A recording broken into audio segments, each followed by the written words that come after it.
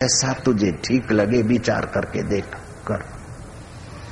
अब आपके जीवन में क्या है देखिए, आप पहले संसार से जुड़ते हैं तो इंद्रियों के साथ जुड़ते हैं, आंख, नाक, कान, जीभ और स्पर्श। इस बात को नास्तिक सज्जन को भी मानना पड़ेगा। जयराम जी की आप संसार से व्यवहार करते, संसार का सार इंद्रियां है, इंद्रियों का सार मन है। मन सो गया तो आंख आधी खुली रही फिर भी कुछ नहीं दिखेगा। मन सो गया, मुंह में रसगुल्ला डाल दो बेटे को, स्वाद नहीं आएगा। हिलाओ, जब मन जागेगा तब मीठो लागे है। दीकरा आधो घंटा पहला रसगुल्लो धरियो तो मीठो हमें किम लाग्यो के कि मन अब इंद्रियों से जुड़ा। तो इंद्रियां मन से जुड़ी है और मन बुद्धि की प्रेरणा पाकर अगर इंद्रियों को चलाता है तो आप धर्म के अमृत तक पहुंच सकते हैं। अगर इंद्रियों के पीछे मन चलता और मन के पीछे बुद्धि चलती है तो आपके जीवन में हरास आने की संभावनाएं खुली खुली है। जैसे किसी माता ने, किसी बहन ने कहीं गई और देखी वो साड़ी बढ़िया है, साड़ी बढ़िया है, मेरे पास ऐसी नहीं, इस रंग की नहीं है। कितने की लाई? बोले 700 की। अब पति का पगार 1200 है, 700 की साड़ी लाना है, पहननी तो है, अब क्या करूं? इंद्रियों के पीछे मन चला के साड़ी पहननी है और बुद्धि को घसीट लिया साड़ी पहननी, तो क्या करो? क्या करो कि रूठो, रूठो। बुद्धि ने निर्णय दिया रूठो, घर में कलह किया और साड़ी मंगा कर पहरी। तो बुद्धि जब इंद्रियों के पीछे चली तो घर में जब कलह हुआ, पति को न जाने कितना करप्शन करना पड़ा या क्या करना पड़ा, लेकिन आखिर वो चीज लाकर ही उसको घर में देनी पड़ी। तो क्या हुआ कि घर वाले को, पति को या जो कोई हमारे संपर्क में आता है उसको कैसे भी करके दबा दुबा कर भी हम अपनी इच्छा इंद्रियों को पोषण करते हैं।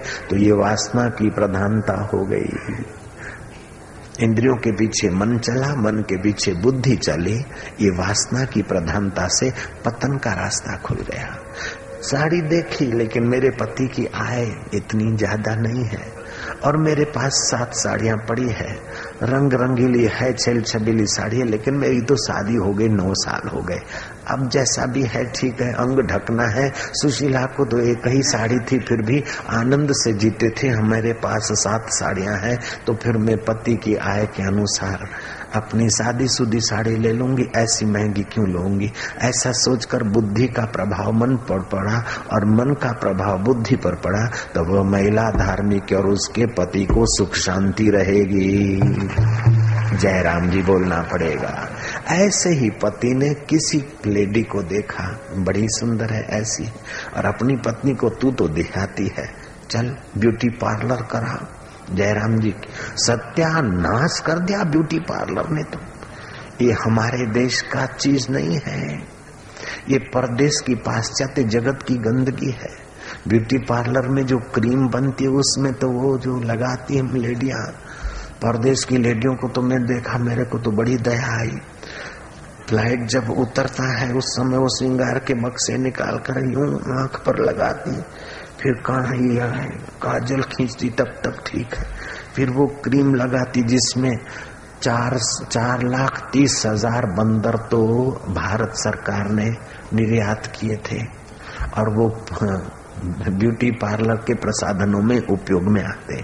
बंदरों की आंखें और चर्बियां उन निर्दोष प्राणियों को 4,30,000 कुछ वर्ष पहले जब इंदिरा का राज था तभी की बात है। जयराम जी की। तो ये ब्यूटी पार्लर जो बनती है, क्रीमें स्मूथ ये वो लगती है, उसमें कई पशुओं की चर्बी काम आती है। अपने बच्चों के पवित्र गालों पर, मुंह पर ऐसा क्यों अपवित्र मलना? फिर वो लेडियां क्या करती, लाली लेती।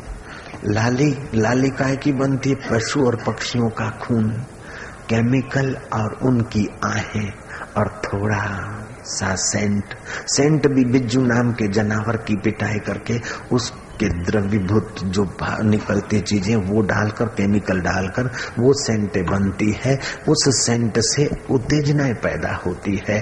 कृष्ण ने कहा पुण्यो गंधम पृथ्व्याम च, पृथ्वी पर जो पुण्य गंध है जो तुम्हारे मन के भावों को पावन बनाए। ऐसा नहीं कि जिस गंध को सूंघने से तुम्हारे विचार में काम विकार का भड़का आए तो आप इंद्रियों के पीछे, मन और मन के पीछे बुद्धि लगी और बुद्धि के पीछे आपका सर्वनाश होने का द्वार खुल गया। नहीं नहीं, बुद्धि धर्म में लगे और बुद्धि के पीछे मन लगे और मन के पीछे इंद्रियां लगे तो छोटे में छोटा आदमी भी बड़े से बड़े महान पद को पा सकता है। ये मनुष्य जन्म की योग्यता है। मनसा सिव्यति मनुष्या, जैसे सुई धागे को लेकर दो कपड़े को जोड़ देती है, ऐसे आपका मन जीवात्मा और परमात्मा की मुलाकात कराने के लिए है, न कि परफ्यूम और ब्यूटी पार्लर करके अथवा दूसरे ढंग से जीकर अपना और समाज का सत्यानाश करने के लिए मनुष्य जीवन नहीं है। आज का जीवन कितना जटिल हो गया। जैसा आए तैसा खा लो, जैसा आए तैसा पहन लो, जैसा आए वैसा भोग लो, जैसी वासना आए ऐसा कर लो। तो आज का मानवी इतना ही अशांत हो गया, इतना ही बेईमान हो गया, इतना ही खिन्न हो गया और इतना ही अल्पायु हो गया। पेरिस में कई ऐसे इंजीनियर स्टडी कर रहे हैं कि वैश्या के द्वार पर कौन सा परफ्यूम होना चाहिए ताकि पुरुष उत्तेजित हो जाए। ये उनकी अकल भोग विलास में है, लेकिन भारत की अकल शरीर को भोग विलास का साधन बनाकर विनाश करने की तरफ नहीं है। भारत तो कहती है भा माना ज्ञान, उस आत्मज्ञान में रत रहने वाले लोग जिस देश में जीते हैं उस देश का नाम भारत है। पुण्यो गंधम पृथ्व्याम च, पृथ्वी पर तुम सुगंध लो, लेकिन सुगंध तो उत्तेजक भी हो सकती है, इसलिए पुण्यो गंध कहा कृष्ण ने। 5200 वर्ष पहले श्री कृष्ण ने युद्ध के मैदान में भी मानवीय प्रज्ञा की रक्षा की बात छोड़ी नहीं।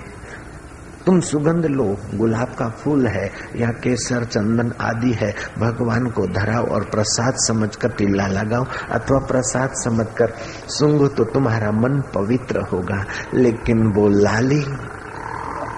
लाली में तो परफ्यूम है, लाली में तो पशु पक्षियों का खून है। अब वो लेडियों को पानी कहाँ लेने जाए फ्लाइट में, थोड़ा लाली को गीला करने के लिए अपने मुंह की थूक लेनी पड़ती। उस मुंह की थूक में लाली गीली करके गालों पर रगड़ती थी। किसी को बोलना नहीं, मैंने देखा तो आपको बताता हूँ, प्राइवेट बात है जयराम जी की। अब क्या करूं, वो लेडियां करती हो। हवाई जहाज में मुझे तो बहुत प्रोग्राम दौड़ा दौड़ होती थी, 10-20 हजार माइल तो हमने यात्रा की वहीं छोटे मोटे प्रोग्राम को, कभी चार्टर्ड प्लेन तो कभी स्पेशल ये अपने आम प्लेन में। तो लेडियां जब उतरती तो ये सारा उस हवाई जहाज में दृश्य देखता। अब आंखें बंद करूं तो गहरा उतरेगा, इसलिए खुली आंखें देख लेता था भाई साहब, मिथ्या समझ कर भी किसी को बोलने में काम आएगा तो जरा बारीकी से भी देख लेता था। जयराम जी, किसी को बोलना मत, ये है छोटी बात है। तो लेडी क्या करती थी, वो लाली मुंह में अपना थूक मुक मिलाकर यूं रगड़े और फिर होठों को रगड़े। इतने में हवाई जहाज लैंडिंग हो जाता था। लेडी का जब कोई दोस्त या कोई पति लेडा लेने को आता, दोनों एक दूसरे को चिपकते और वो चाटने लगता। मुझे दया आती कि अरे मुआ काई चाटी रहे हो, पढ़ो लिखो गधो। मरे हुए बैक्टीरिया और थूक है और पशु पक्षियों का खून है, केमिकल है, काई चाट रहा है। इससे तो धनभागी वे लोग हैं जो कृष्ण को भोग लगाकर मक्खन मिश्री चाट लेते हैं, गोविंद जी को भोग लगाकर जरा लड्डू का स्वाद ले लेते हैं, वे भाग्यशाली है। तू चमड़े का क्या स्वाद ले रहा है?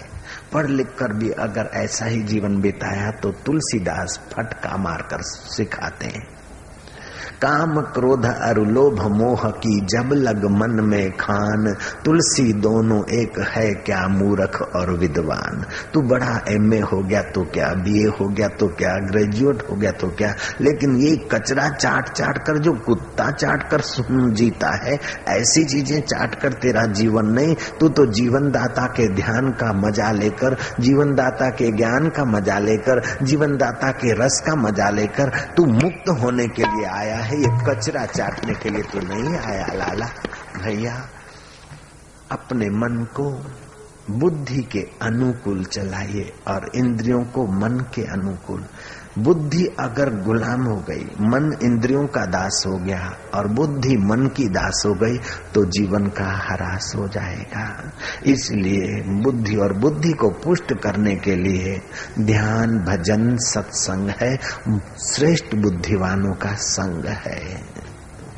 पानी का रंग कैसा जैसा मिलाओ ऐसा, इस मन का रंग कैसा कि जैसा संग और संस्कार मिलेंगे ऐसा रंग हो जाएगा। मुझे अब समर्थ रामदास की एक बात सुनाने की इच्छा है। समर्थ रामदास भिक्षा लेने गए। खेडूत ने, किसान ने कहा कि महाराज, संत की सेवा भाग्यशाली